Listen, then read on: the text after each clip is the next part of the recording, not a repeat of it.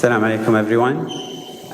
Firstly, I want to thank FE Gallery for having us today and for inviting us into this dialogue.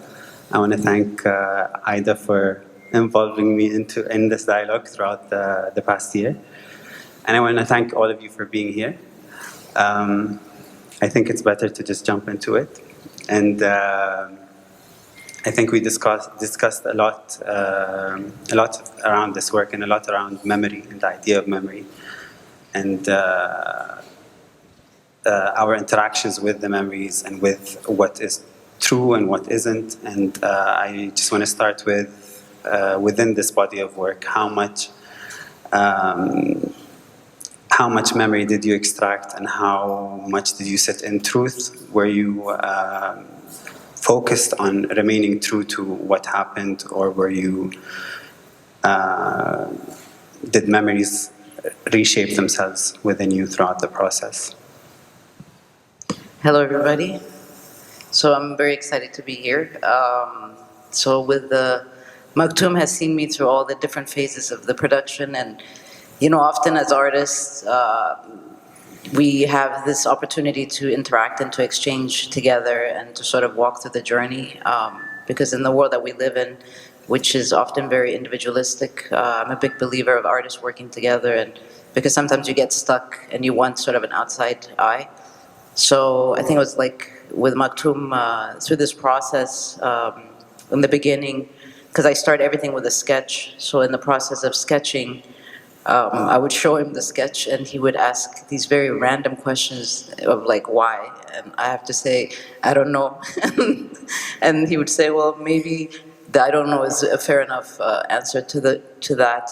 And so between both of our practices, the one thing that has always stuck with me was that I'm sourcing memory, my own memory of the past, whereas Maktoum is also looking at memory and also reinventing memory. But we're in a very different style of work, obviously. But there's always this connecting point that we've always found. And I think the key thing is about like learning from each other, and also because we're from different countries, different age group, and so forth. So there was always this openness to understand each other. So in this body of work, because I had to go into the past of my archives, and through my archives, I started as a photojournalist, and a lot of people think like this is the work I started with, but I'm actually a storyteller. So the basis of my work was photojournalism, and then within that base, what I was obsessed with was black and white photography. So as I was building this body of work, what I was really looking at was really my positioning as a woman in Africa, with all these dual identities of being an outsider and insider, belonging, not belonging, and then looking at tradition and contemporary realities within it. And in the initial phase of sketching and making the work, and if ever anybody knows just my process within it, a lot of things can also change, as we know. But I realized that I have to keep myself as open as possible. And that's when, even I think when you saw the beginning of the sketches, there's elements in here that you didn't see. But it came to me as an idea, why don't I look at sort of my journey in photography? Because every image, there's a memory. And it's like, I was telling somebody yesterday that it's like when you hear music, there's all these memories that come about. And to me, when I look at my images, especially my photojournalistic work, all these memories come, the time of day, the mood, the person I was taking photos of, and so forth. So those elements enter into this contemporary sort of expression that I've put in place. So to me, memory is very important. And as you know, every frame in here is really the memories that I've experienced, or the thoughts that I've had, or the provocations that has led me to create these pieces. You talk about going back into your archive and finding things, and I'm sure there are things that have evolved, or how you look at them evolved. Do you... I lost my train of thought. But using memory as a tool or something to explore the past, or a tool to communicate. We talked about communicating across time or across generations, or communicating within oneself. So how much of that dialogue was with Aïda, with yourself? How much of it is directed at the self, and how much of it do you see being shared with the viewer? Yeah, I mean, I think we talked about the level of like vulnerability about hiding and being present and so forth. But I always believe like the best art is the art that comes from your own self-truth. And that's the role that we have as artists, is that it's not about this fantasizing of something that we don't know and creating something that's inauthentic. Like, we have to present what is within us. And I've said this to you as well, true art is like when you sort of, everything that's in you comes out. And this is how the process, to me, works. But more importantly, I've realized that within this whole process, the audience also is sort of provoked in another way. So I will have my efforts of what I'm putting in each piece, but then the audience is going to read something completely different, which has to do with their culture or their personal experience or whatever emotions and so forth. And that's the interaction that I find like quite fascinating, just how people interact with each work and what they see in it. But within the statements that I try to make is just to present myself as authentically as possible, and more so, and I've always said this, it's not about, as artists, we're not here to give answers, we're here to ask questions. This is the whole thing. And then even more importantly, it's not necessarily to be understood, but to be remembered. So by someone looking at the work, to be remembered is, I think, far more powerful, And so this has been my approach, through all these processes and phases. And I'm sure you have your own associations with the symbols within the work and the references within the work. And we've talked about how different people might digest this, and different people might take away different things from it. So how much do you value that interpretation within the viewer? And do you think of the viewer when you're embedding these symbols, or do you think of which type of viewer focuses on certain elements? Are you speaking to specific individuals, or is it, again, a dialogue that different people are interacting with?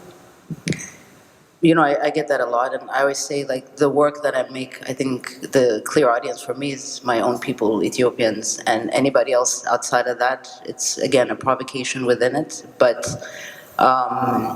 and this is why I think what's more fascinating, and I think we've talked a lot, and we've said, like, we get tired of having to explain our works to people, and, what does this mean and that mean?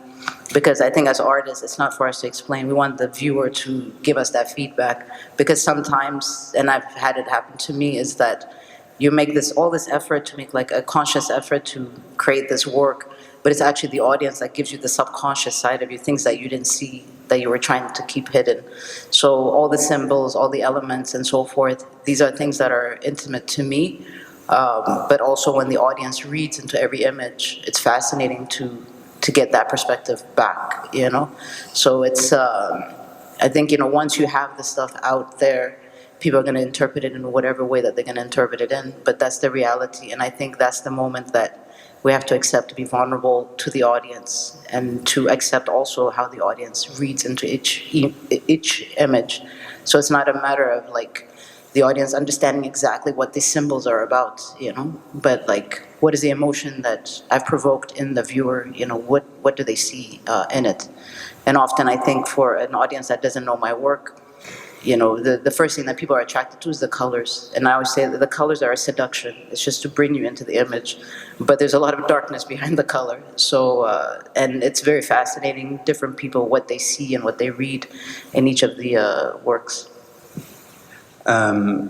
Going back to the symbols that are in the works, what value does it bring to you, or what experiences do you have with pulling certain symbols that are from the personal experiences you've had? Some are from your culture and some are from other cultures, and how does that interaction work within the work for you? I think yesterday, Valentina was saying, like, there was some Russians here and they were wondering why there's a sickle and hammer in my work. So, it's not because I'm a communist, but it's really dealing with my own history, because we had communism in Ethiopia. And that's when I realized a lot of people really don't know the history of Africa, and they don't know the history of my country. So anytime there's a sickle and hammer, that's my history, because I was born at the end of the monarchy, at the beginning of communism, and these are the memories that have stuck, and the experiences that have stuck with me throughout my whole life. When there's a chair, it's always a position of power. And as an Ethiopian, when we talk about chairs, it's the seat, everybody's chasing after that seat, to attain that power. And when I incorporate Ethiopian symbolisms, so for example, when you see our coffee pot, for us as Ethiopians, it means something very specific, which is, coming together, which also means, conversation, community, tradition, and history. And then the rest is really within the, for example, the models. When you see the neck, on the necks, I'll have these markings. And for a lot of foreigners, they don't know what these markings are. Why is the body painted? All of that. But for Ethiopians, we know I'm talking about tradition and history and culture, because it's something that exists within our culture, where the women tattoo their necks. Because for us, the sign of the woman's beauty is the length of her neck. So, and where I come from, the women tattoo their necks to make their necks appear longer. So I'm always extracting things from the traditional elements. And I think often in our education, we're always led to believe that traditional cultures are like primitive, but to me, these are the most sophisticated things. So my whole thing is, how do we take something that's very ancient and very traditional, and how do we put it not even into the present, but into the future, to have a new conversation. So every piece that's in here and every element that's in there, it's there because it's part of the languaging and the messaging. And also, I know what you're bringing up. Also, a lot of people ask, where do I get my inspiration? I'm not only researching and sourcing from Ethiopia or only Africa. I look at the world, and especially the global south, because there's so many fascinating heritage and very fascinating things that actually brings us together. For example, when you look at body decorations, I did a lot of research on West Africa. Then we go across to the Amazon, and they have the similar patterns on their face, but there's no historical relationships, there's no historical link. So my inspiration is quite wide, and it's just out of my own curiosity. So there's elements in here where, I've sourced things from like Persia, from Egypt, from South America at different points. But at the end, what am I trying to say in my work? And these are the elements that I pull in, and even religiously as well. I'm Christian Orthodox, but there's a lot of pieces in here that are inspired by Islam, because there's certain elements that I've found. And if you look at the course of a lot of my work, this is how I've been working. I'm sourcing these inspirations from different cultures, different religions, spirituality, languaging, and so forth. And how important is it for you to, for your role as an artist? And thinking about tradition, how important is it for you to preserve the tradition that you know and the ancestral knowledge that's passed down, and or is it more important for you just to reflect and question it? And then is it important for you to communicate it across to other cultures, or to explain, like we were just talking about the neck markings? Is that something that's important for you, for people here to understand that are not from your culture? Yeah, I think for Africa, we have two things that we have to contend with. One is preservation, and one is moving into the future. And the big question is, how much of the tradition do we keep, and how much of it do we let go of? Because as we all know, culture is never stagnant. It's always something that's always changing and moving forward.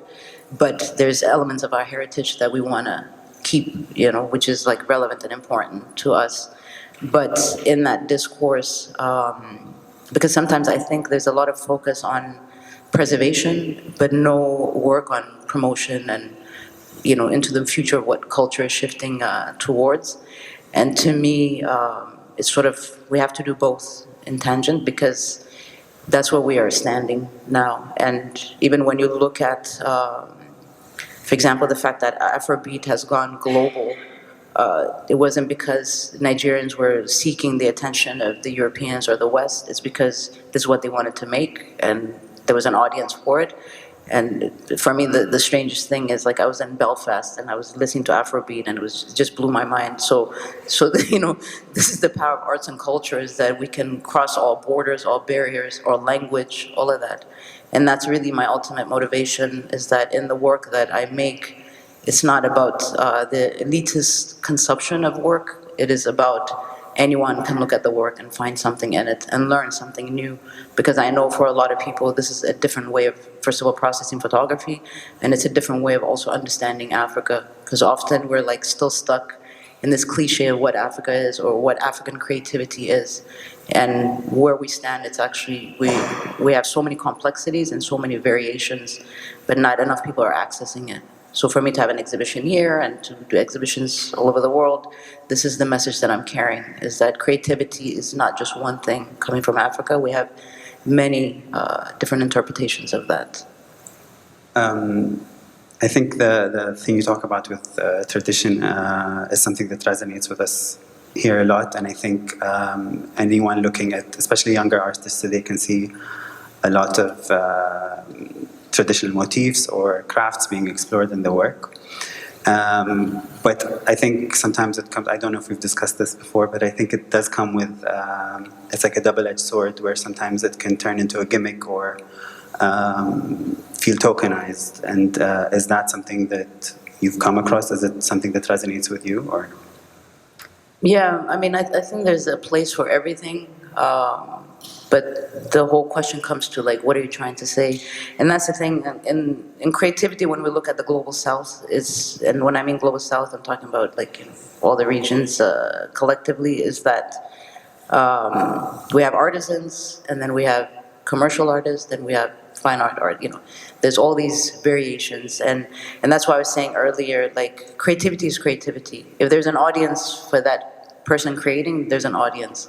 But it cannot be one form that's leading everything. So the more variety of creativity that we have, the more representation that we have in that sense. And looking at, for example, looking at photography coming out of Africa, because, for example, the outside world is selecting work, you know, that has sort of become the fad of certain styles. Like, those kind of things are dangerous in my opinion, but the truth always levels off at the end, because there's a time cap for that style of work. But in the end, what I look at is that if you're creating something that's of cliche or something that's not authentic, and I'm telling you, the audience will read into it quickly. And that's always a fascinating thing, because the audience has some sort of reading into the work that they're either in it or they're not. And especially for me, you know, having shown in different parts of the world, it's just very fascinating to see the interaction and reaction of people, what they read into the image. But at the end, I think for anyone that's creating, it's about being as authentic as possible. And that's why, like, for example, in Africa, a lot of our traditions are fading away for the artisanal practices. These are important parts of our, like, our culture and our history. And these are the things that, it's not about going to modernity, but there's a place for that, you know. And these are the elements that, you know, certain elements I'll bring into my work as a conversation about that. But also, it's also thinking about the future of Africa. This is also another, you know, when you say the double-edged sword, it's how do we create that balance between the two. But the gimmicks are not things that last long. You know, those usually expire quite quickly. But when there's something authentic, this is when you have a pull, regardless of who the viewer is. I think we've talked a lot about how you have a pretty global mindset, I think, in your approach to producing your work, to showing your work. Some of this collection was worked on here in Dubai, and some was worked on back home, and a lot of it involved going back into your archives, as you mentioned. How much did that kind of split of process between places affect the work? If it did the audience found in Dubai play a part into it or not? Can you go into that? First of all, I've never done a residency. I've been offered residencies often, and I'm like, what am I going to do at a residency? You know, set up my studio and take photo. You know, it just never made sense. So this being like my first residency, because it's a different way of working. So, for example, elements of every work that you see in here, elements of it, I printed it in my studio in Abidjan, and then brought everything rolled up canvas here to Dubai, and basically spent like, I don't know, 4 weeks upstairs producing everything that you see here. And the one thing that I appreciate about this experience is that I've been trying to do silk screening for quite some time. So having somebody like Ahmed, I know for him it was like, this crazy lady has brought me this crazy product. Is he here?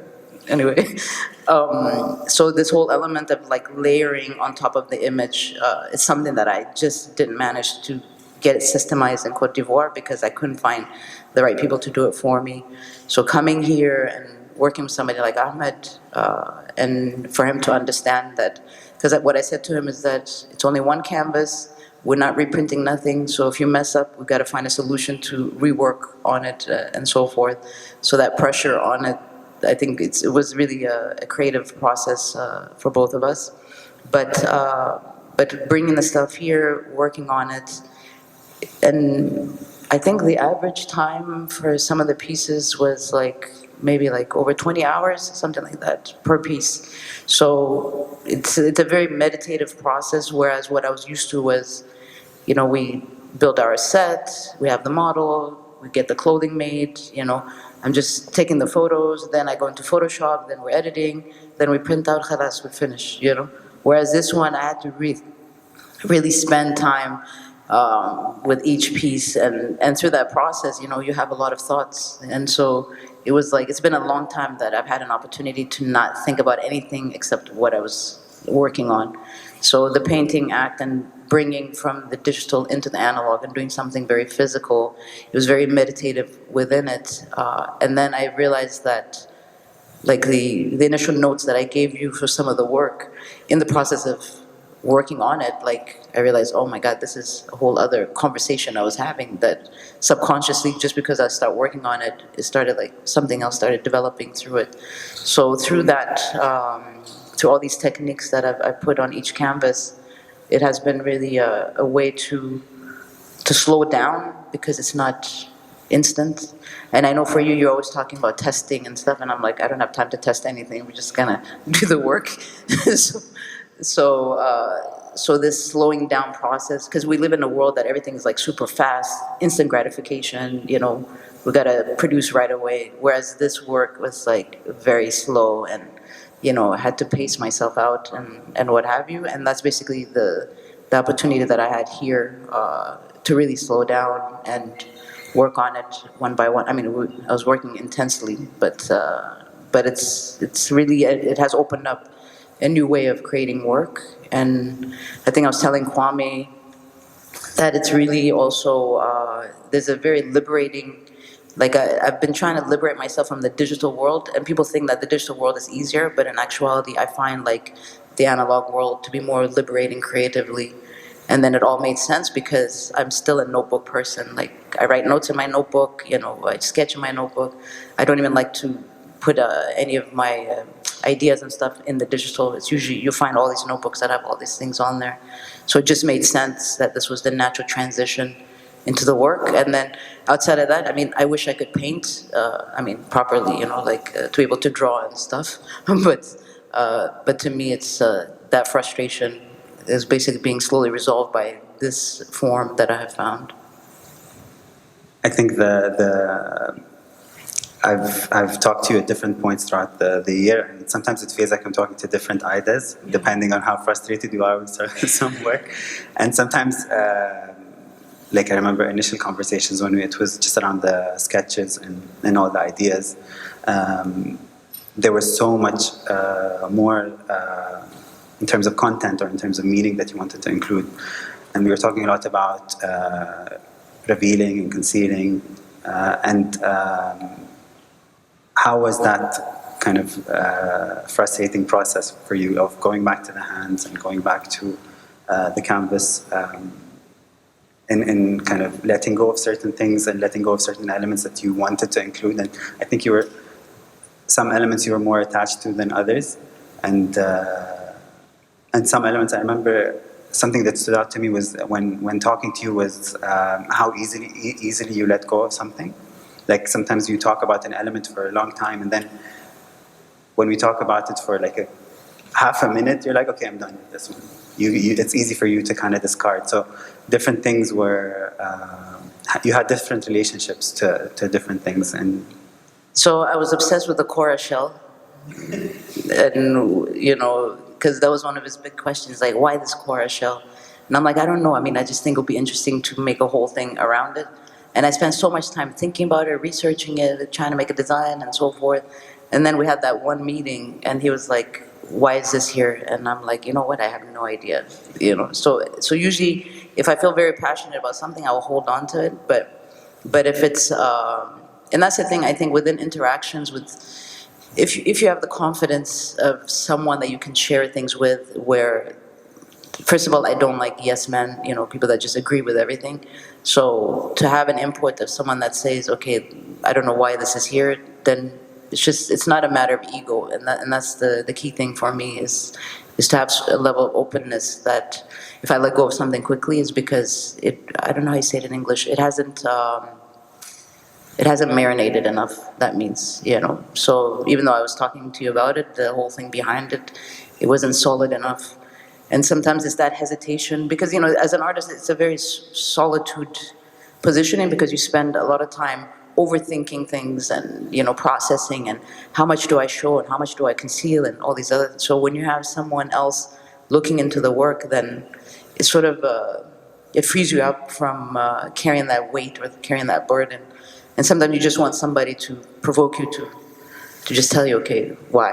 And then for me, it's just easy. I'm like, okay, well, clearly that doesn't make sense. Because I remember I had a lot of plans for some of these works, and at some point I was like, okay, I'm doing too much. Let me just reel it back, because I have a lot of ideas, and that's always my biggest difficulty, is that I have a lot of ideas, there's a lot of things that I want to say, and then in the midst of that, for example, we have one piece that I don't know when it's going to see the day of light, but I did too much on it, so we decided to remove it.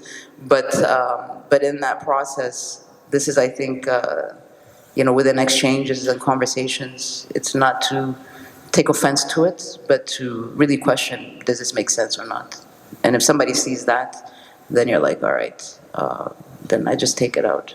But for me, like, everything that's in this room is things that I really I'm very happy about. And I think, you know, like I always say, in every collection there's a work that I absolutely hate, you know, and I just cringe, but the audience loves. But this is, I think, the first collection where I love every piece for different reasons. You talk about the Global South a lot and the importance of dialogue within it. And during our discussions, I think for you it might have been an interesting experience to kind of talk through your work with someone that comes from a completely different generation, completely different culture.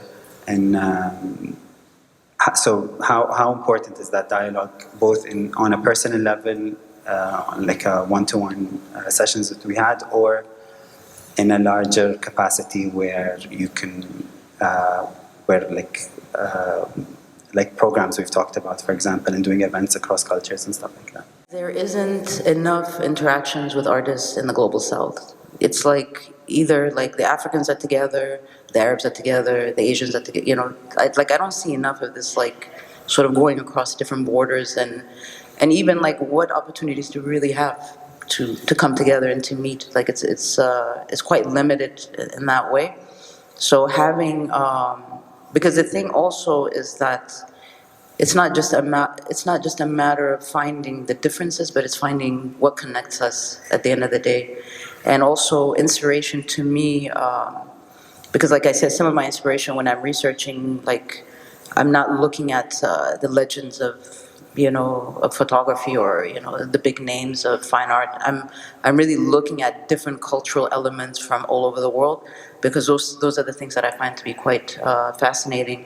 And I think I had told you at one point about the Emirati women, like back in the day, you know, the masks that they wear. Like, I find these elements super fascinating because it looks very futuristic, you know, is it made out of metal or what is it? It's fabric, you know. But you know, there's certain structures that I find and certain elements in different cultures that I find so fascinating. And that's one thing, like I always tell for artists, is that don't stay stuck in your cultural bubble or in your country's bubble.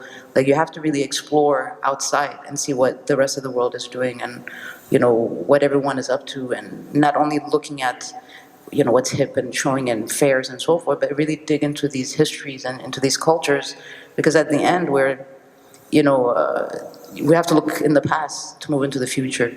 So, and within that, and I think that's why, like, the whole thing of being an artist is that it opens you up to really seeing what's happening all over the world. That it's not like you're a dentist and all you're focusing on is, you know, in your city, on your block. You know, as an artist, you have access to really look at beyond your region and beyond even your form.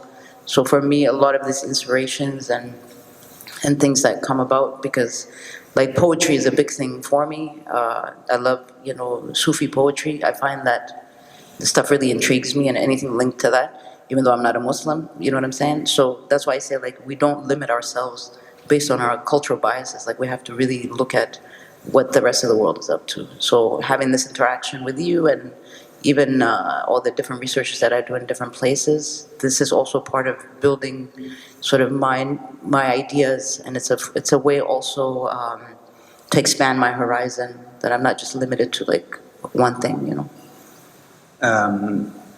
When we talk about poetry, and we talked a lot about poetry across different cultures and different like frameworks of kind of thinking. When looking at this bloom I borrow, the idea of borrowing something, the idea of not having it or owning it completely, how important was it for you to kind of include that dialogue, that kind of theme within the work? No, because I think that we live in a world where, like, I think everyone is trying to have like a permanence to everything, and there's nothing guaranteed. There's nothing permanent. You know, beauty fades. We all get old. You know, everything can shift in one day.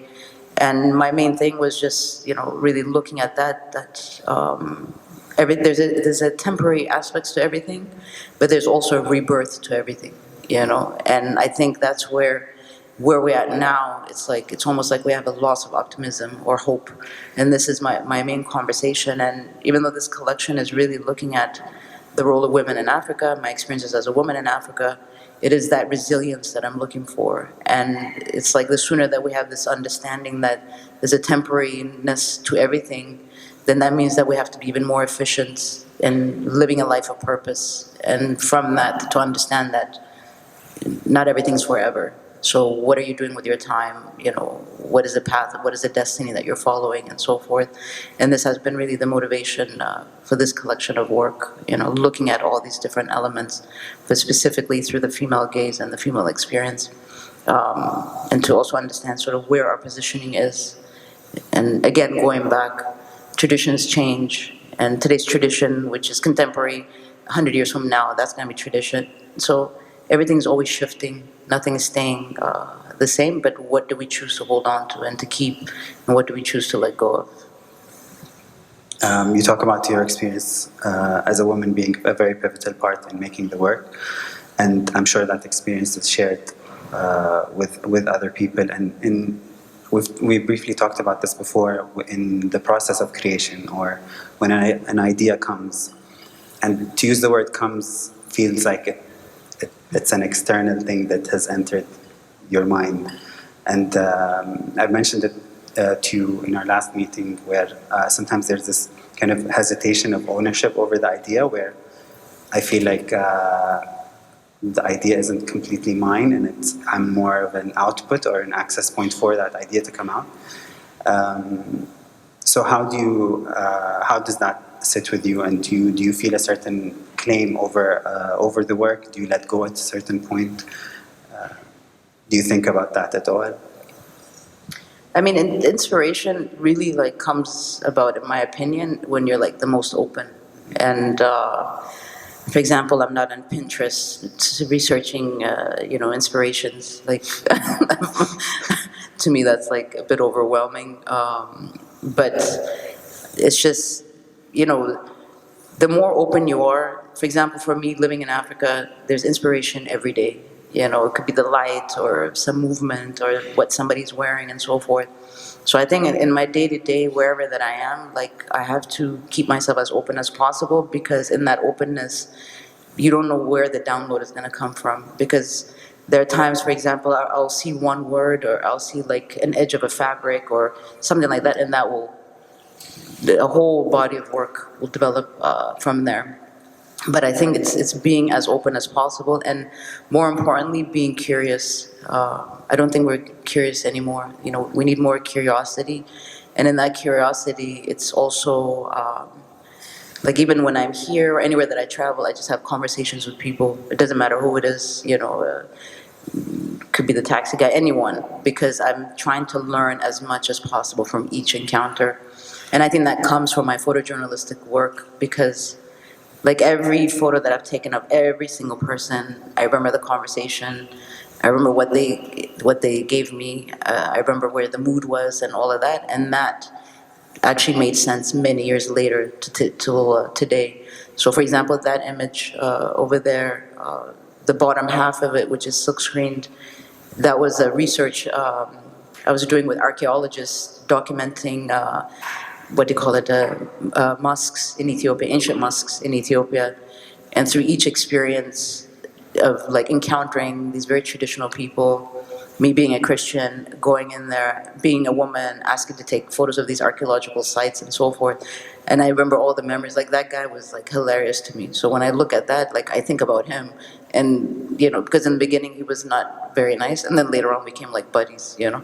So, and these are the memories that I carry, but these are the things, that the encounters that I have with different people is what inspires me as well. And that's why, like, talking to different people is quite important, but also looking at so many different things. And I think I've just been like that for a long time.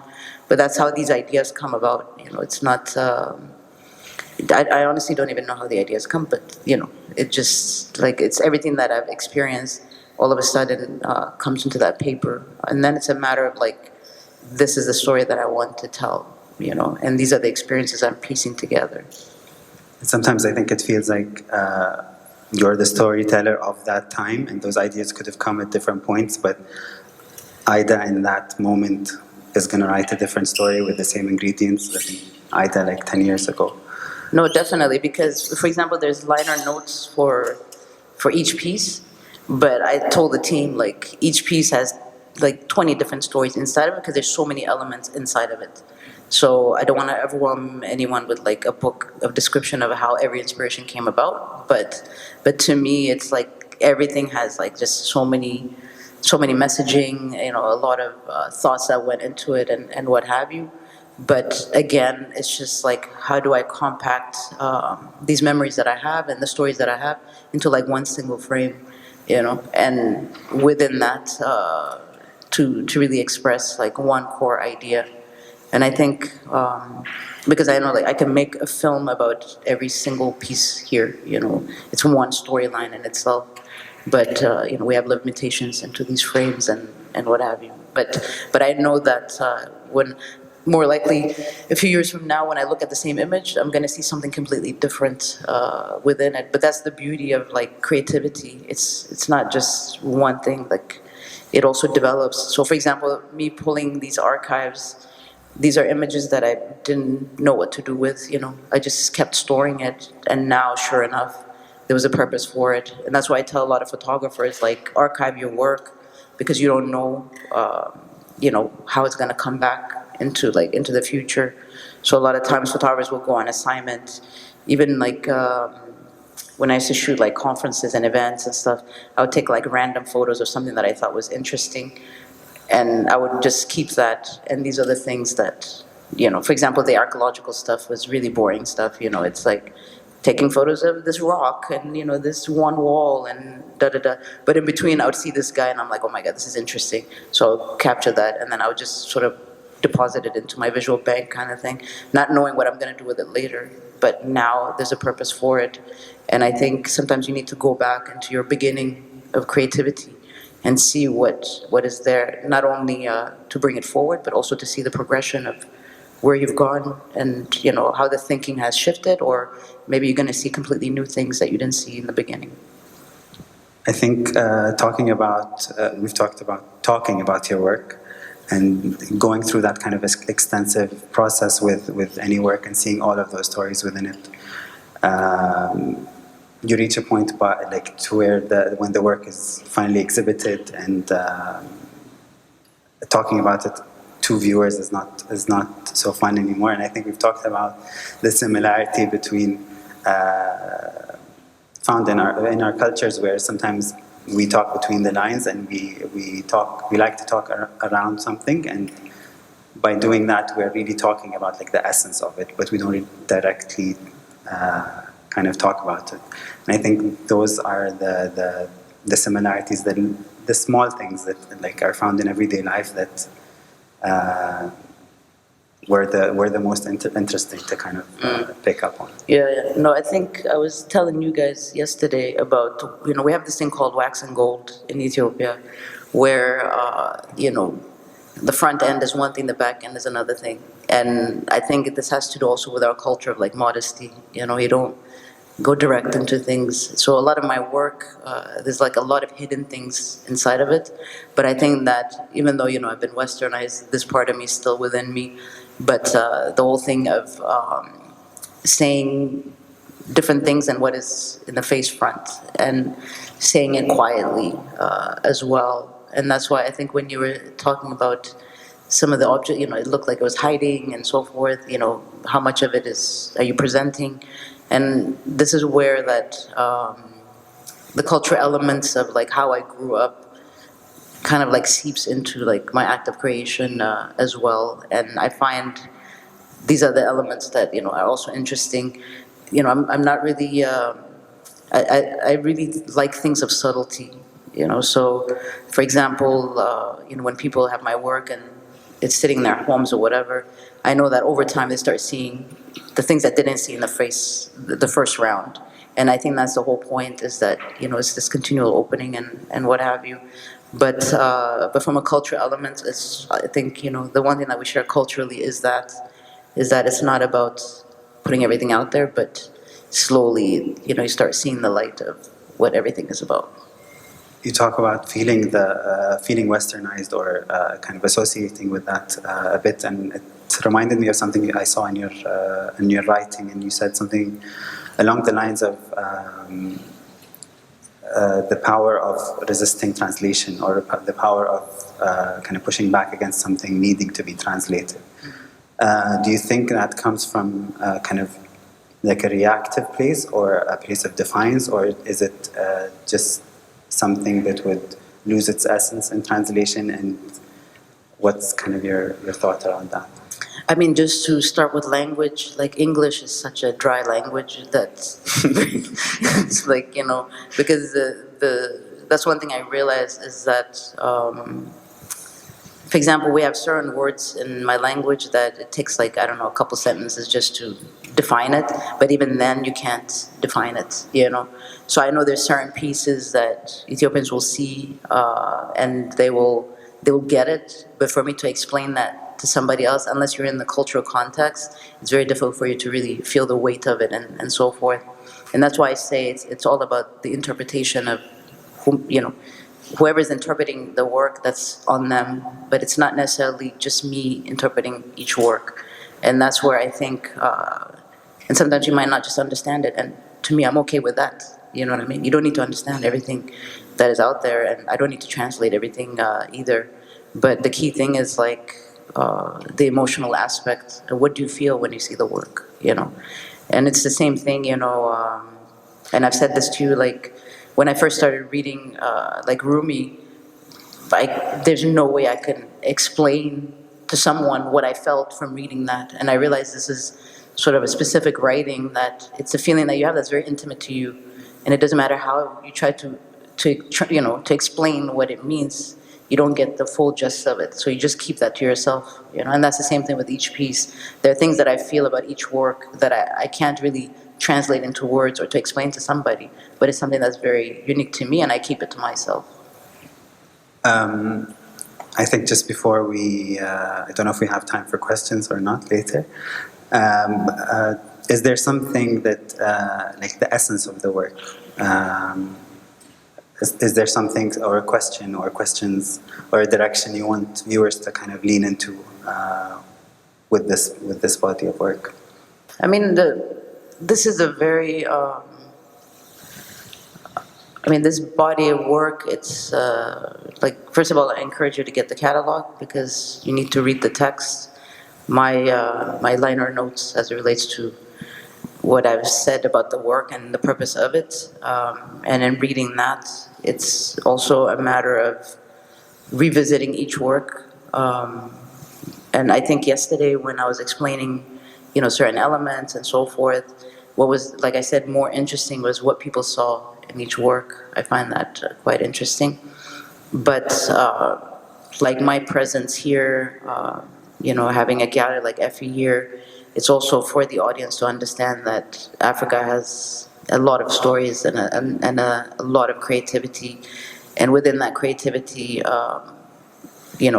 it's an opportunity for people to sort of create these bridges and to understand that, whatever that you're seeing in the media and the news is not really the full picture. And I'm not saying that Africa is peachy and, everything is A-okay, but there's also other stories within that.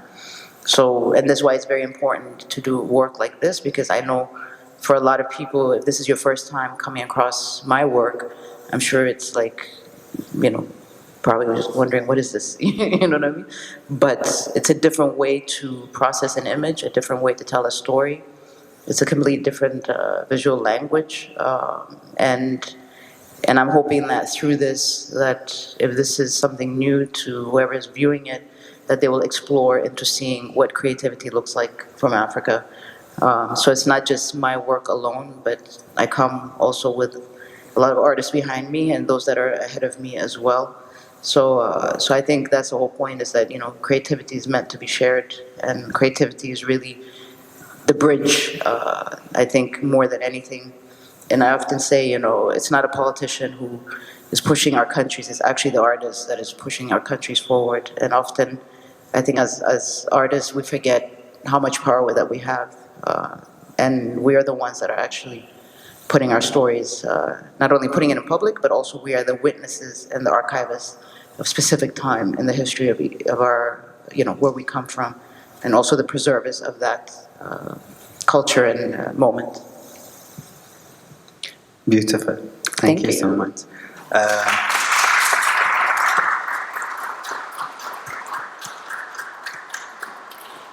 I wanted to ask if anyone has any questions for Aïda.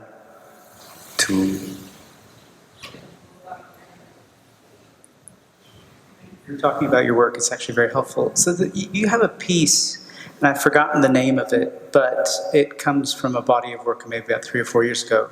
And I describe it as a bird's nest, and in that nest, it's a black and white, there are 3 figures, 3 women, and around the nest there are hands unseen. I have never really fully understood what's going on. It's very striking, and the people who have seen it keep calling it sinister because it's very foreboding. But what were you thinking when you did that piece? So that collection is actually from a commission from the N Fund looking at neglected tropical disease. And in the research, normally when I have a commission, I ask for all the research materials. So for example, for neglected tropical disease in Africa, we're just numbers, or the poor Africans. So for me, I wanted to build a project that it wasn't about the scientific or the numbers, but more about the human relation. So there was, for example, in Ethiopia, we have issues with leprosy, for example. And when you look at leprosy in different parts of Africa or the world, is that even though they have been cured, they're still not brought back into the community. So they're sort of shunned out. So what I imagine is that somebody living in a rural place having to leave the community and be at the mercy of whatever is out there, which is basically solitude, loneliness, all these other elements. And that's what I was trying to explain. And the fear that is associated with being removed from your community and having to contend with the nature that's around you in whatever form and so forth. And that was not, it's not an image to make you feel comfortable. It was, but it's an image to make you like question, as you did, of what is this about. But to me, it's also the human element. I think when we talk about disease in Africa, we never look at the emotional impact, the psychological impact, and what do people really suffer through. Even when you look at like elephantitis, all these different diseases, even inside the body of work. For example, there's like this condition called river blindness, for example, where you can see and then all of a sudden one day you can't see. And I'm like, oh my God, can you imagine like just everything goes black and you have to like sort of educate yourself and the fear that is associated with that.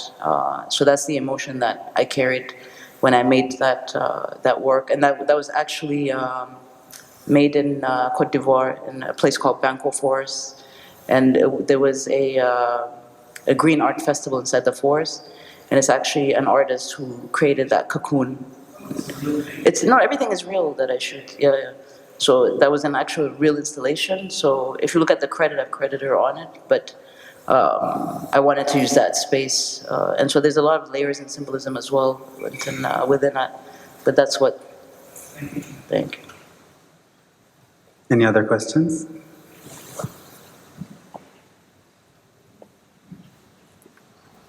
Wow, everybody's shy. Okay, I guess Hello, thank you for the talk.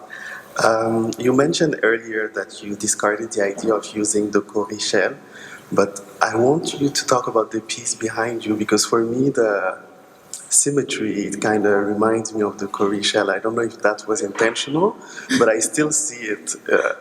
Well, you're the first one to say that, so maybe it did come back.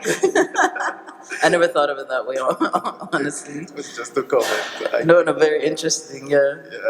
No, because I've used a Cori shell in other things, Okay. and then, I had this other grandeur idea, but, when he was talking about the cliche, I was edging to the cliche, so I had to, come back from it. But interesting, I never thought of it that way. Yeah, for me it was the first thing I saw, yeah. Wow, yeah. Maybe it stayed unconscious. Well, definitely not that you say it. It's still alive. Thank you. Anyone else? Yes, that's it. Oh. Well, thank you very much for the insight. But there's something that you talked about a lot, moving from journalism to creating this kind of work. Why did you make the move, and when was that? Thanks, Allah. This is one of my favorite photographers. No, I mean the transition from photojournalism, when I was a photojournalist, and my boot camp was the Washington Post. That was where I was really in. And I remember the editors used to say, are you a fine art photographer or are you a journalist? And my whole thing is, why can't I do both? Why do I have to be limited to things? But I left, and mind you, when I was in Ethiopia, I was taking photos like a maniac of everything. But at some point, I realized photojournalism was not enough for what I wanted to say. So it was like a natural transition. And the person who kind of guided me through transition was Simone Jami, who wrote the text inside the catalog. And at that time, there was a big project called the Divine Comedies. It was looking at Dante's Divine Comedies through the African perspective. So there was a bunch of us that were selected to do that body of work. And at that time, all that Simone knew was my black and white photos. So I was like, well, I don't want to go back to that. I want to do something different. And that really became the beginning. And then I realized, and I think for a lot of people, they don't realize, as artists, one of the most difficult things is to find your style that defines you, that's authentic to you.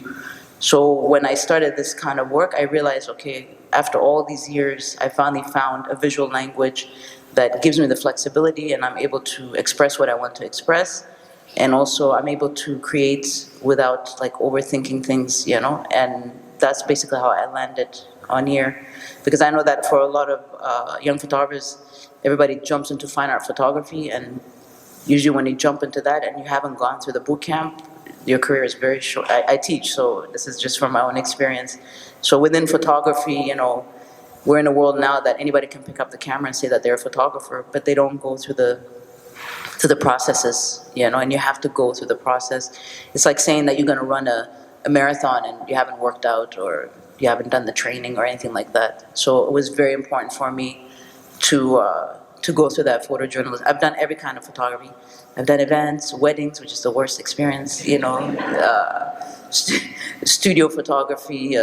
3 years I was doing like photos of babies and just annoying things. But all these experiences that I had like really built me up. And so now I know precisely what I want to do. And that's, I think, like any art form, you have to go through these annoying points before you arrive into your own visual language. And that's the most difficult thing for any artist, I think, to find your style. That is, because for example, there's a lot of photographers that copy me, but it's not the authentic, you know what I mean? I mean, it's an honor to be copied, but you still know it's a copy of me. So I always encourage, you have to go through the process and then you have to make your own, find your own language within that.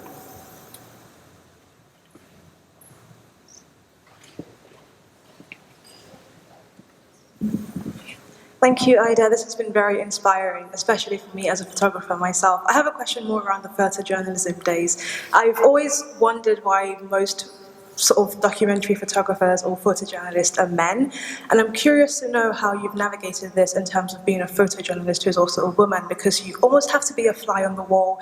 My question is more around the fact that sometimes as a woman carrying a camera around, you are drawing attention to yourself, but you also have to almost be a fly on the wall to then capture these moments as they unfold.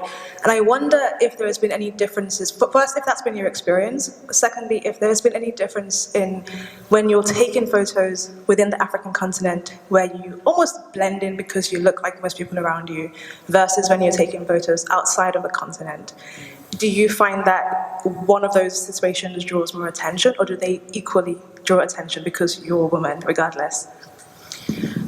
I mean, to me, to the first question, like my experience has been is that as a woman, you're often underestimated, and I think that's the best position to be in, because then you're more dangerous than anybody else. So I've always used that to my advantage. And then also, like, I photographed in almost every region in Ethiopia, and the one thing that I try to tell, especially female photographers, is that, I'm a believer that you have to respect the culture. That should be the base. So I've never been the person to like fight to gain access to things if it's culturally inappropriate. So for example, we have monasteries. We have monasteries for women, we have monasteries for men. So I'm not gonna fight to get into the male monasteries, there's no point. I'll just shoot around and so forth. But there's been situations where I spent like 2 months traveling by car, and this is before I did the archaeological project, where I was shooting, because Islam in Ethiopia is something that is not really documented or talked about. So I thought it would be interesting, okay, for me as an Orthodox, let me go and, take these photos in different places. And I remember I was in one town, and each town I've had to ask the imams, I'm here, I'm not a Muslim, but I'm just trying to take photos inside the mosque, like the women's side, when they're in prayer and so forth. And at that time, after the Friday prayer, the imam came out, and then he was like, is there anything else that you want to take photos of? And I said, yeah, I would like to go up to the tower and take photos from up there. And it just so happens that I have to walk inside the mosque, and I told him, like, this is like out of the question. He's like, don't worry about it. Just quickly take photos of this stuff and just go up there and take the photos and come down. So this wasn't because I was intensely requesting that. It was because just the openness that I had. So I think a lot of the times as women, we actually have more access, but it's about the public reads you. So for example, people can read in your eye when you're not confident, when you have fear, when you have hesitations. It's a very psychological thing. And when I teach, what I say is that photography is actually 99%, in photojournalism, it's 99% human relation, and the 1% is pressing the button. So, for example, I hate photographers that have very long lenses and are stealing photos from people, Me, like every photo in my photojournalism, the person knows I'm there, they know I have a camera, and I usually show up with my gear already on, and I have to wait for everyone to settle down and to basically forget that I exist. And then they forget, and that's how I take, these moments, these interesting moments. But more importantly, and I was speaking about this the other day, like I come from a country where like our women are quite empowered, So everywhere that I go, there's always this question and stuff. And for them, it's like, oh, this little girl with a camera, she's so cute. And I'm like, oh, really? And then I'm taking all kinds of crazy photos and then after that. And then to respond to your second thing, sorry for the Europeans here, but like I've never found shooting in Europe interesting, or even for New York, because, for example, New York, everything has been photographed. It's difficult to find anything interesting, you know what I mean? So, and that's why I focused on Africa, because there's so many things to explore, so many things to learn as a photographer and what have you. And it's a very male-oriented field, it's a very masculine field, but those who work the quietest are usually the most strongest one. And you have to remember, photojournalism, especially if you're doing war and crisis and stuff, is very male-oriented. So there's a whole culture behind that, and a whole sort of ego, like chest-beating vibes, which I'm not really into. But I wish that there were more female photographers engaging in this. And I think the limitation is really ourselves, because, if you want something and you feel passionate about something, you gotta go all the way in and not be stopped, And so that's been my experience. And sometimes in interviews, I get this question of like, oh, as a female photographer, what are the challenges? I'm like, there's challenges everywhere, but it's a matter of like, how dedicated are you to tell the story? And in Africa right now, unfortunately, I think we have more fine art photographers than we have photojournalists. And this is why I don't teach fine art. I teach photojournalism, because we need to document all these changing histories in our country and people changing, all of that.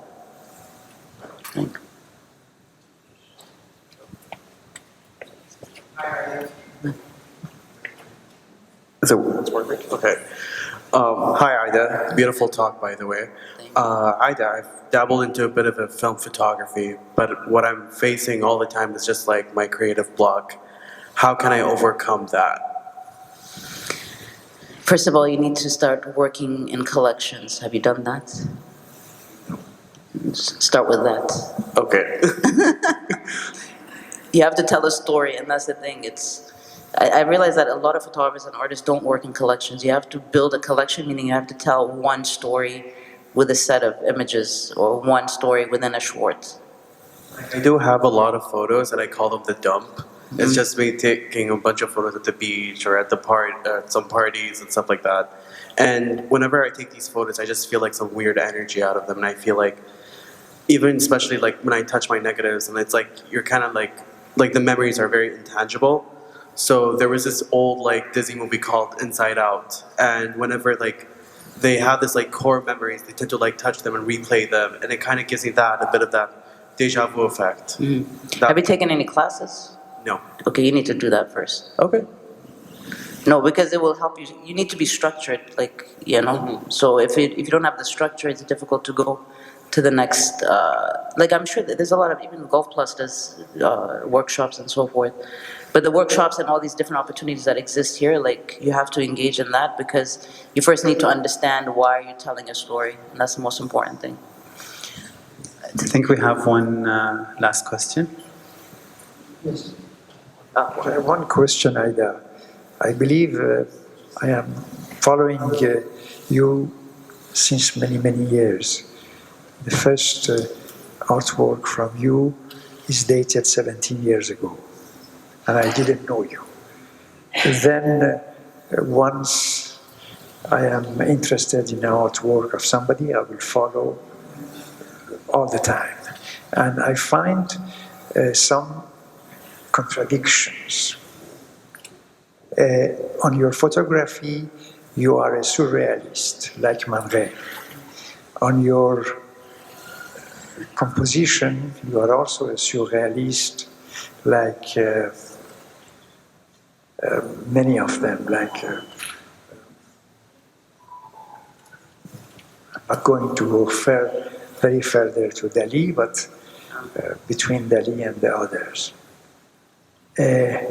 Then I find your conservatism of Africa, which I know Africa very well, and I see Africans, they are not, they don't let them go, and they keep their culture, which is conservatism. Now, are we going to see you to detach yourself from conservatism and going to full force of surrealism? I think, for example, René Magritte, okay, like I find the work, beautiful, obviously, for different reasons and what have you. And honestly, like, I've never, I think it was only like maybe 5 years ago or some time ago where someone started bringing up this whole thing of surrealism in my work. And to me, honestly, I didn't even realize that's what I'm doing. It was just for me to say what I wanted to say through the body of work. But, and you know this, my country, different countries in the continent and so forth, to let go of the conservatism element of it, it's not an easy path. Because, and this one thing, I was talking to somebody about leadership in Africa, for example, for example, where's the philosophers? Philosophers that have been organically grown in the country, not like Western educated or Western influenced and what have you. So for example, me, because of my upbringing, obviously you can hear how I speak English, I've had all these worldly experiences. And this is why it was very important, for example, to teach a generation that was born in Ethiopia, grown in Ethiopia, and to see what they come up with. So from my end, I don't know if, like, I don't know, I've never really categorized my work into this or that. And I know some people, so for example, when people have never met me, they find it surprising that it's me making this work. They find it an odd thing because who I am in my personality and then the work that comes out is two different people. But I think this is a way for me to process a lot of different things that are within me. And as you know, as Ethiopians, we're very, we're close to a certain extent. But this is how the work is coming out.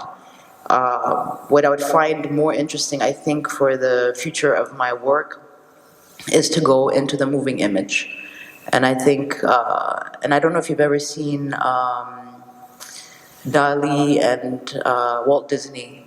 They made, there's this short film that was made, and when I saw that, I was like, wow, this is really a letting go of everything. But in the context of, for me as an African, I don't think it's possible to let go of certain elements of the past. We still have to have that, but also moving forward, then the question is, what is the letting go? What is the opposite of conservatism? I mean, even for you.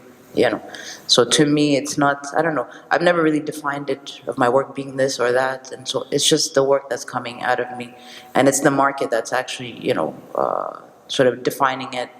But to be very clear, I mean, the one thing that I've been pushing has been Afrofuturism, and a lot of people don't know what Afrofuturism is, and that's been the one thing that I've been precise about. But outside of that, yeah. Does that answer your question? Yes? Okay. I think I want to thank you all for coming and for sitting with us today. And thank you, Aïda, for making all of this possible. And thank you to thank you to every gallery. Thank you.